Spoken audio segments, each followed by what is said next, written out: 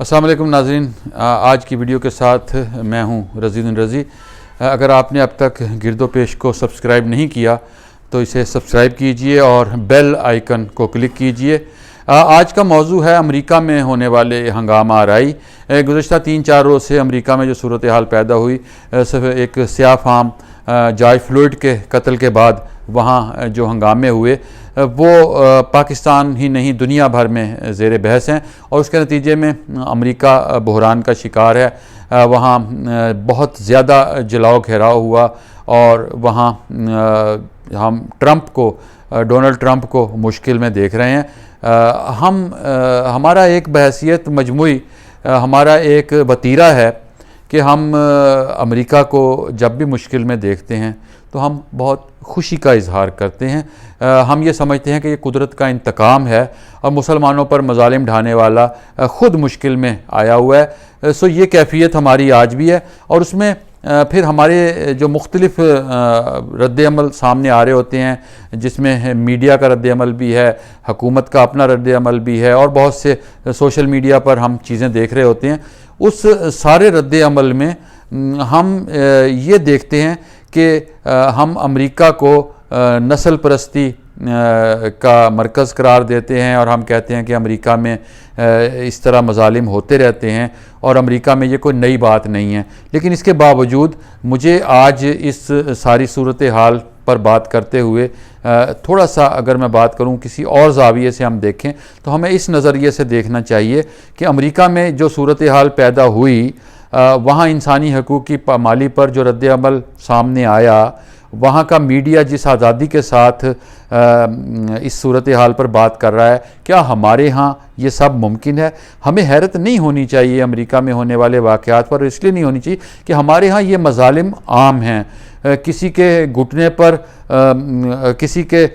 گردن پر گھٹنا رکھ کر 8-9 منٹ تک اس کو موت دبائے رکھنا، اور اس کے بعد اس ویڈیو کا وائرل ہونا اور اس پولیس افسر کے خلاف کارروائی ہونا، یہ سب کچھ یقیناً بہت تکلیف دہ ہے۔ لیکن ایسے بہت سے تکلیف دہ واقعات ہمارے ہاں بھی ہوئے ہیں۔ لوگوں کو مارا گیا، لوگوں کو جلایا گیا، لوگوں کو قتل کیا گیا، اس میں ریاستی دہشت گردی بھی شامل ہے، لوگوں کو لاپتہ کیا جانا بھی شامل ہے، لیکن ہمارے ہاں اس پر بات نہیں ہوتی۔ امریکہ میں جب یہ سب کچھ ہو رہا ہے تو ہمیں وہاں دیکھ رہے ہیں کہ وہاں پبلک کس طرح سامنے آئی۔ عوام بنیادی حیثیت رکھتے ہیں۔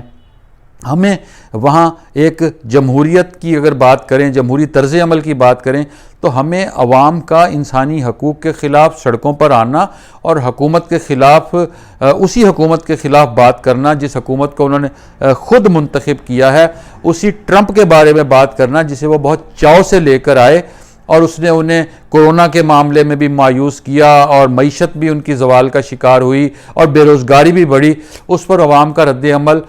فطری ہے یا نہیں یہ ایک الگ بات ہے، لیکن اس کا رد عمل آ جانا ہمارے لیے حیران کن بھی ہے، اور ہمیں پھر یہ بات بتاتا ہے کہ امریکہ میں انسانی حقوق پر کتنی زیادہ توجہ دی جاتی ہے، وہاں کے لوگ کس طرح وہاں بات کر رہے ہیں، وہاں آئین کی پاسداری پر کس طرح بات ہو رہی ہے، اور وہاں فوج کے رول پر کس طرح بات ہو رہی ہے۔ اور آپ اگر ان کے چینل کے پروگرام دیکھیں، آپ لوگوں کا رد عمل دیکھیں، تو آپ کو معلوم ہوگا کہ لوگ بہت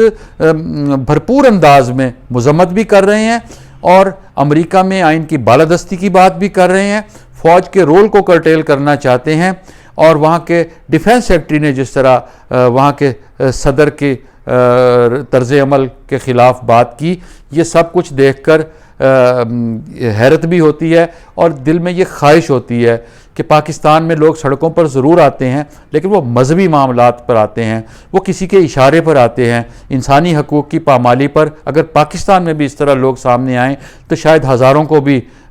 کوئی گلہ نہ ہو، شاید بلوچوں کو بھی کوئی گلہ نہ ہو، شاید پشتونوں کو بھی کوئی گلہ نہ ہو، کہ عوام ان کے ساتھ ہیں اور عوام ہی اصل طاقت ہے۔